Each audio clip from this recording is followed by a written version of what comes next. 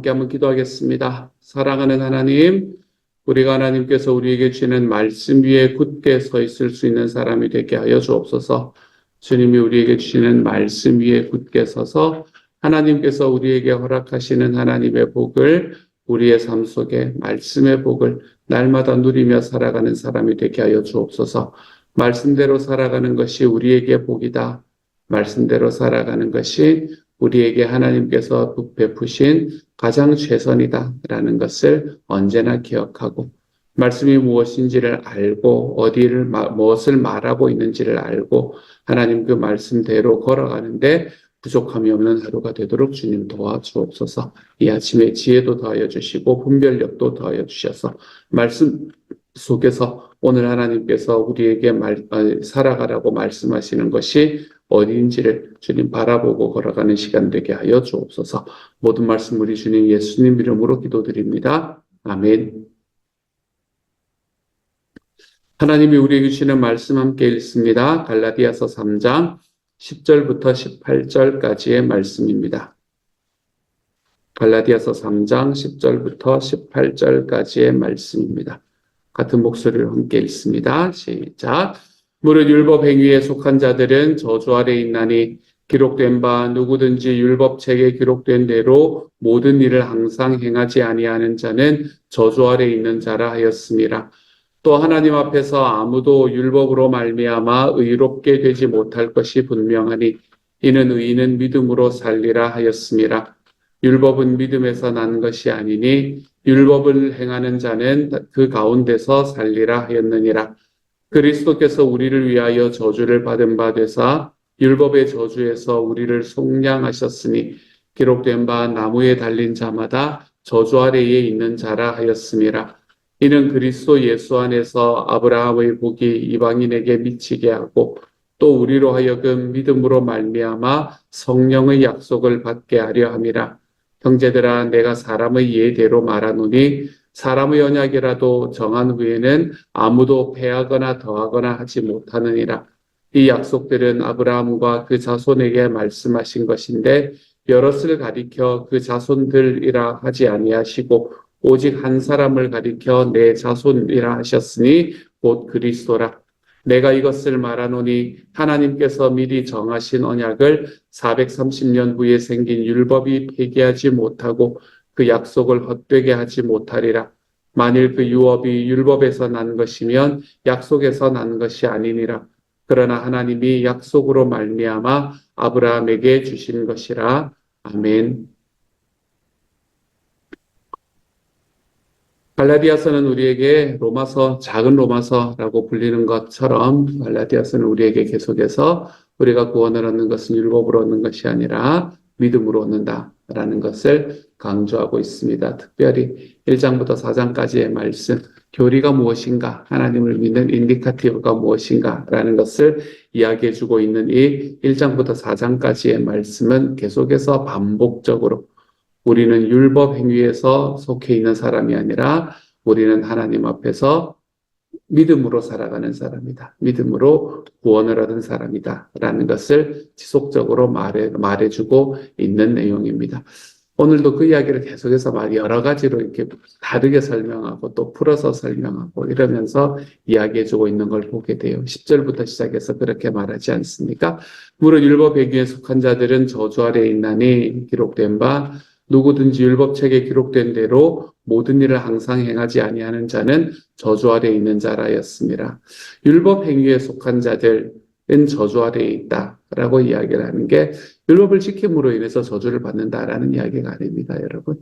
율법을 지킴으로 저주를 받는다라는 이야기가 아니고 무엇을 말하냐면 11절에서 이야기하는 것처럼 또 하나님 앞에서 아무도 율법으로 말미암아 의롭게 되지 못할 것이 분명하니 이게 분명한데 율법을 지키는 것으로 의롭게 될 수 있다고 말하는 사람들, 그 사람들이 저주 아래 있는 사람들이다. 이렇게 이야기를 하고 있는 겁니다.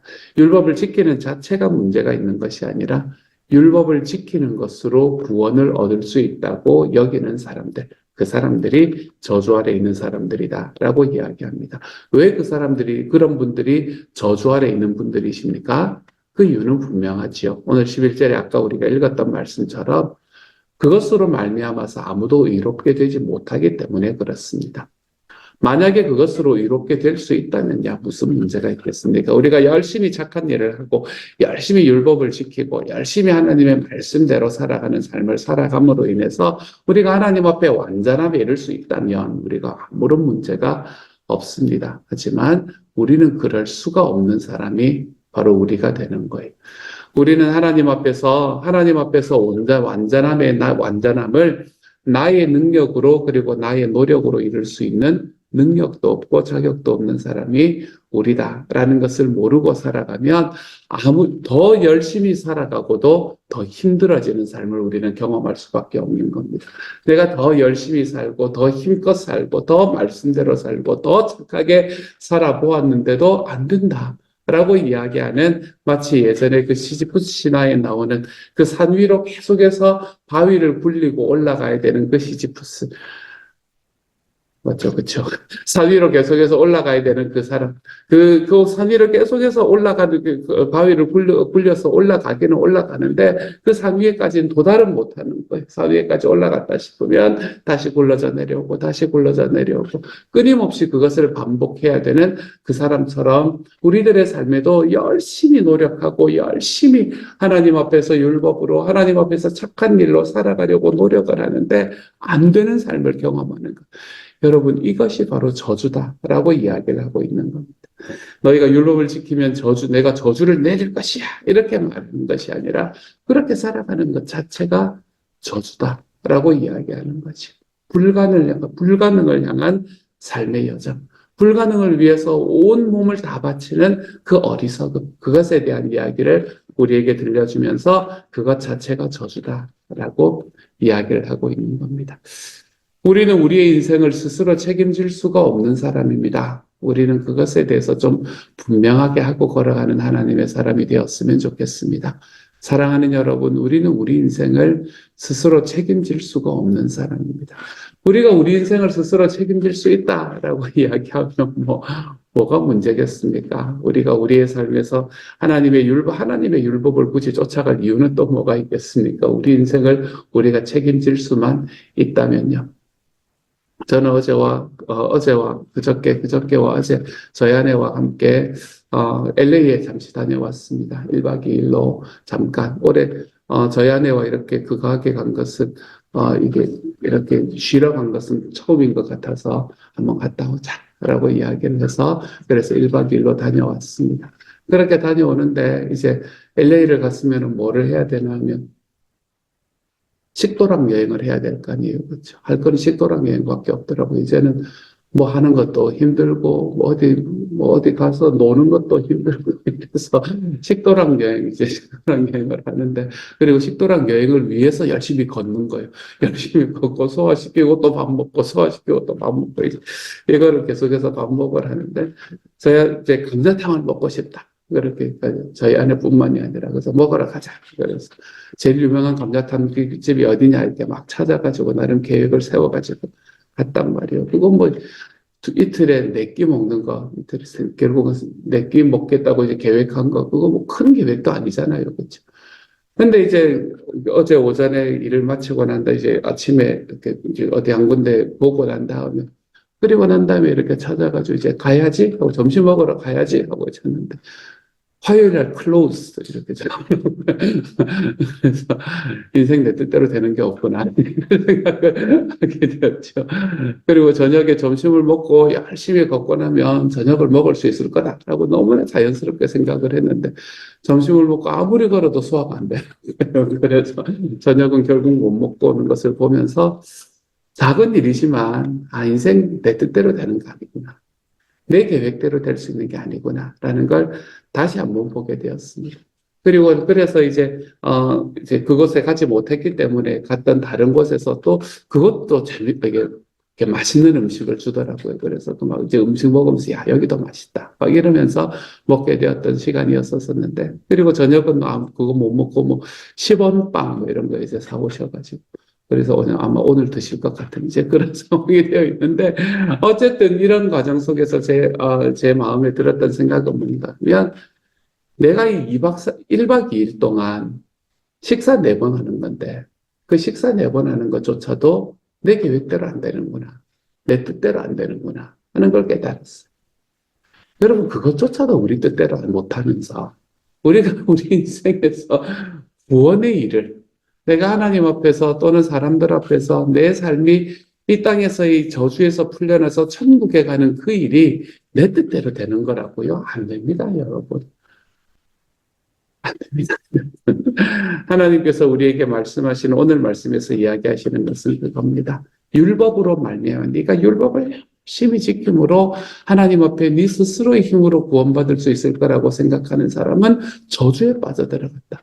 그거는 하나님께서 저주를 내리신다는 말이 아니라고 말씀드렸어요. 저주를 내리시는 게 아니라 그 자체가 저주입니다. 내가 안 되는데 된다고 생각하고 힘써서 걸어갔는데 그 결과가 안 되는 것으로 판정 나 있는 그 길을 뛰어가는 것. 그거 자체가 저주인 겁니다. 그래서 오늘의 말씀에서는 율법으로 말미암아 아무도 율법으로 말미암아 의롭게 되지 못할 것이 분명하기 때문에 율법 행위를 행함으로 인해서 착하게 살아감으로 인해서 더 선하게 살아감으로 인해서 구원을 얻을 것이다 라고 생각하는 이들은 모두가 다 저주 아래에 놓여 있는 사람이다. 마음이 아프지만 이걸 이야기를 하고 있는 겁니다. 그러면 하나님 앞에 구원은 어떻게 얻게 되는가? 11절의 후반부에서 이렇게 말하지 않습니까? 이는 의인은 믿음으로 살리라 하였습니다. 라고 이야기합니다. 믿음으로 살리라 라고 이야기하는 것은 우리는 하나님 앞에서 영생을 얻고 하나님의 구원을 얻는 것이 믿음으로 인해서다 라고 설명을 해주고 있는 겁니다. 믿음으로 인해서 구원을 얻는다. 여기서 믿음이라고 이야기하는 것은 내 마음에 가지고 있는 확신, confidence 이런 걸 말하는 게 아니라 여기서 믿음이라고 이야기하는 것은 예수 그리스도를 믿는 믿음, 그걸 이야기를 하고 있는 겁니다. 왜 예수 그리스도를 믿는 믿음이 우리를 의롭게 만들어서 하나님 앞으로 하나님의 영생에 이를 수 있게 만든다라고 말하고 있느냐 하면 13절의 말씀이 우리에게부터 이야기를 하고 있는 거지요. 13절에서 특별히 그리스도께서 우리를 위하여 저주를 받은 바 되사 율법의 저주에서 우리를 속량하셨으니 기록된 바 나무에 달린 자마다 저주 아래 있는 자라 하였습니다. 라고 이야기합니다. 예수님께서 저와 여러분을 대신해서 나무에 달려서, 여기서 나무라고 이야기하는 건 십자가를 이야기를 하는 겁니다. 그렇죠? 나무로 만들어진 십자가를 이야기하는 겁니다. 그 나무로 된 십자가에 달려서 우리를 율법의 저주에서 속량하셨다는 거예요. 내가 온 힘을 다해서 달려갔는데 결과적으로는 영생에 이르지도 못하는 그 헛된 길을 걸어가야 되는 사람들의 삶에서 예수님께서 십자가에 달리심으로 우리를 속량하셨다. 우리의 삶을 죄에서부터 구원해 주셨다라고 이야기를 하고 있는 거예요. 그렇기 때문에 예수님께서 우리를 위해서 베푸신 이 십자가의 은혜가 있기 때문에 주님께서 저와 여러분을 대신해서 이미 우리의 모든 죄를 위해 십자가에 죽어 주셨기 때문에 우리는 더 이상 내 스스로의 힘으로 구원을 쟁취해야 한다라는 생각에서 내려설 수 있게 되는 겁니다. 그게 저주라고 이야기를 했다면 그 저주에서 벗어날 수 있게 되는 겁니다. 더 좋은 것을 가지고 싶고 하나님께서 우리에게 말씀하신 가장 좋은 그 일을 우리의 삶에서 성취하고 싶은데 내가 율법을 지키는 걸로도 안 되고 내가 착하게 사는 걸로도 안 되고 내 삶의 다른 어떤 것으로도 안 된다. 이걸 어떻게 하면 좋을까라고 이야기하는 그 딜레마에서 우리는 예수 그리스도의 십자가가 있기 때문에 자유로워질 수 있다라고 이야기를 하는 겁니다. 주님의 십자가는 이처럼 저와 여러분을 구원해 주셨습니다. 그리고 이 주님의 십자가가 우리에게 구원의 약속으로 주어진 것은 이게 하나님의 약속 때문이었다라고 오늘의 말씀의 후반부에서는 이야기를 합니다. 오늘의 말씀에서 가장 많이 나온 단어 중에 하나가 바로 약속이라는 단어, 언약, 약속 이런 단어가 굉장히 많이 나오지 않습니까? 그렇죠? 하나님께서 우리에게 주신 약속은 결코 변치 않는다. 라고 이야기하는 이 이야기가 우리 예수님을 우리에게 주시겠다 약속하셨고 그분으로 인해서 우리의 죄가 구원받을 것이다 라고 약속하셨기 때문에 그 하나님의 약속이 변치 않을 것을 믿는 믿음으로 우리는 예수 그리스도가 이 땅에 오셨다는 것을 믿고 그리고 그분으로 인해서 우리의 삶이 하나님 앞에 구원받았다는 것을 믿게 된다는 이야기이지요. 이것을 우리가 최소한 여기에 계시는 분들은 모르시는 분은 없지 않을까라고 생각을 합니다. 하지만 이것을 이제 안다라고 이야기하는 것과 우리가 누린다라는 것하고는 또 조금 다르지 않습니까? 그렇죠? 예수 그리스도께서 우리의 삶을 위해서 십자가에 죽어주셨고 그것으로 인해서 우리의 죄가 용서받았다라는 것을 아는 사람은 그걸 삶 속에서 좀 누리면서 살아가야 됩니다. 자, 누린다라는 말이 이야기하는 게 뭘까요? 누린다. 우리의 삶에 이걸 누린다라는 것은 이 사실이 내 삶에 영향을 미친다라는 걸 이야기하는 거예요. 그렇죠? 그게 누린다라는 이야기일 겁니다. 예수 그리스도께서 십자가에서 나의 죄를 나의 죄를 위해서 죽어주심으로 내가 구원을 받게 되었습니다. 그래서 이제는 내가 율법의 저주, 율법의 저주라는 것은 온 힘을 다해서 율법을 지켜도 안 된다라는 이 저주에서 내가 자유로워질 수 있게 되었습니다. 라고 이야기하는 이 사실이 저와 여러분에게 우리가 누린다라는 것은 우리가 이것을 우리의 삶 속에서 좀 우리의 삶에 좀 들어오도록, 그래서 우리의 삶에서 함께 할 수 있도록 만들어가는 게 중요하다. 그럼 우리는 어떻게 누릴 수 있을까요? 우리는 어떻게 누릴 수 있을까? 우리가 누린다라고 이야기하는 것은 예수님께서 우리에게 주신 이 주님의 은혜가 내 삶에 있기 때문에 내 삶에 하나님 앞에 살아가는 데 있어서 사람들 앞에서 살아가는 데 있어서 좀 더 평안하게 살아갈 수 있는 하나님의 사람, 좀 더 자유롭게 살아갈 수 있는 하나님의 사람들이 되어간다라는 걸 의미하는 거지요. 우리가 예수 그리스도께서 우리를 위해서 우리의 죄를 죄에서 구원하셨다라는 이 사실이 우리의 마음속에 찾아와서 누린다라는 것은 그것으로 인해서 저와 여러분의 삶에 있는 죄책감, 내가 하나님 앞에 살아가는 과정에서 내 마음을 여전히 힘들게 만드는 억울함들이 우리의 삶에서 점점 사라진다라는 걸 의미하는 거지요. 예수님은 나를 위해서 죽어주셨는데 나는 여전히 죄책감 가운데서 살고 그래서 나를 늘 힘들게 살아가도록 만들고 나는 예수 그리스도께서는 나를 위해서 죽어주셨는데 나는 여전히 내 삶 속에서 내가 하나님 앞에서 사람들 앞에서 받는 어떤 일들 때문에 사람들에게서 느끼는 어떤 감정들 때문에 나는 여전히 지금 내 마음속에 억울함에 사로잡혀 살아가고 있다면 우리는 주님께서 우리에게 주신 이 주님의 약속, 예수 그리스도로 인해서 우리의 모든 죄가 구원받았다라고 이야기하는 이 약속들이 우리의 삶에서 전혀 누려지지 못하고 살아가는 사람이 될 수밖에 없는 거예요. 약속이 변하지는 않습니다. 우리가 그런 마음을 가지고 우리가 그런 감정들로 우리를 힘들게 만드는 그때에 우리에게 주어진 하나님의 약속이 변하지는 않습니다. 근데 그렇게 살아가면 우리는 하나님의 약속을 전혀 누리며 살아가지는 못하는 겁니다. 어쩌면 우리는 예수님을 믿는 과정 속에서 하나님께서는 우리에게 네 힘으로가 아니라 내가 너를 구원하겠다라고 이야기를 하셨고 우리는 그 구원의 자리에 이미 들어가 있는데 우리는 어쩌면 우리의 신앙생활이 조금씩 오래되면서 교회 생활이 너무나 익숙해졌기 때문에 우리는 이 땅을 살아가며 교회에서 우리 주님을 믿는다라는 삶을 살아가며 우리는 어느 순간에 믿음이라는 게 내가 내 힘으로 해야 되는 거구나라는 생각에 빠져들어가서 어쩌면 우리는 신앙인이 아니라 종교인으로서 살아가고 있는 삶을 살아가고 있다면 여러분 우리는 우리의 삶에서 이 주님의 은혜를 누리지 못하고 살아가는 사람이 되는 겁니다. 주님의 은혜를 누린다라는 것은 이 주님의 은혜가 내 삶에 깊이 찾아와서 이 은혜가 내 삶에 영향을 미친다. 라는 걸 이야기하는 거죠.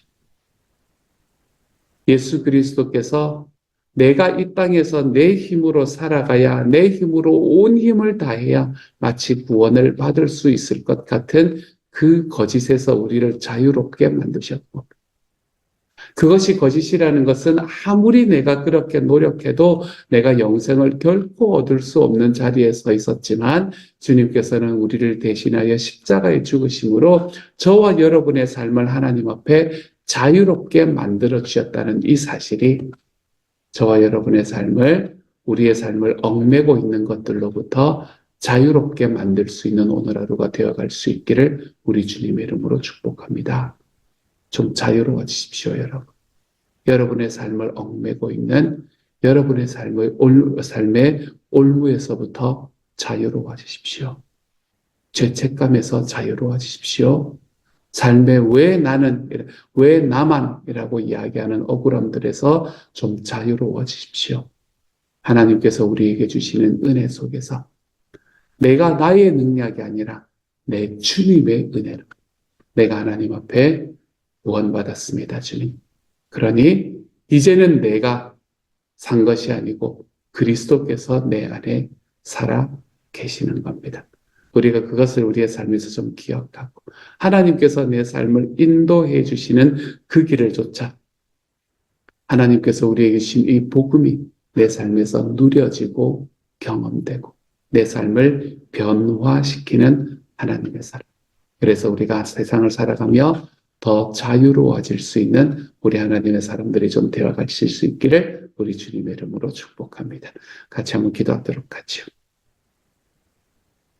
하나님, 율법은 자유를 줄 수 없지만 복음은 자유를 주는 통로가 됩니다. 사랑하는 하나님, 우리가 예수님을 믿고도 자유롭지 못한 부분이 있습니까? 하나님께서 오늘 이곳에 함께 계시는 분들에게 하나님 찾아와 주셔서 거기에서 자유로워지게 하여 주옵소서. 그것이 나 자신에 대한 믿음의 문제이건, 그것이 나와 함께 있는 사람들 사이 속의 관계의 문제이건, 그것이 우리의 삶에 있는 물질에 관한 문제이건, 그것이 자녀들에 관한 문제이건, 하나님 앞에 내어놓지 못하고 내가 거기에 얽매여 있는 모든 것에서 하나님 좀 자유로워질 수 있는 하루가 될 수 있도록, 또한 우리의 평생이 될 수 있도록 주님 도와주옵소서. 내 뜻대로 되는 것이 아니다. 그러니 내가 행하고자 하는 뜻에 하나님을 조언자로 붙이는 것이 아니라 하나님께서 일하시는 곳에 내가 발걸음을 디뎌내어 동참하기를 원합니다. 주님, 이렇게 살아감으로 인해 우리의 삶이 하나님의 일을 하기 때문에, 하나님의 일에 내가 동참하기 때문에 언제나 하나님 앞에 기쁨으로 승리할 수 있는 하나님의 사람들로 자라가도록 주님께서 도우시고 함께하여 주옵소서. 사랑하는 주님, 오늘도 우리 하나님 앞에서 삶에 허락하여 주신 VIP 가족들의 영혼을 위해서 기도하는 분들이 계십니다. 사랑하는 주님, 하나님께서 은혜 더하여 주셔서 하나님 구하고 찾고 두드리라. 내가 하나님 앞에 구하면 내가 어디를 찾아야 되고 무엇을 구해야 될지를 가르쳐 주신다. 사랑하는 주님, 이 말씀 붙들고 하나님 앞에 기도할 때에 내가 어떻게 찾을 수 있을까? 내가 어디로 어떻게 두드릴 수 있을까? 내가 어떻게 목장을 초대할 수 있을까? 내가 어떻게 하나님 앞으로 이 한 걸음 나아올 수 있는 길을 더 쉽고 더 편하게 이야기할 수 있을까? 지혜도 더하여 주시고 분별력도 더하여 주셔서 기도하는 과정 속에 열매 맺히는 하나님의 사람이 되도록 주님 도와 주옵소서. 모든 말씀 우리 주님 예수님 이름으로 기도드립니다. 아멘.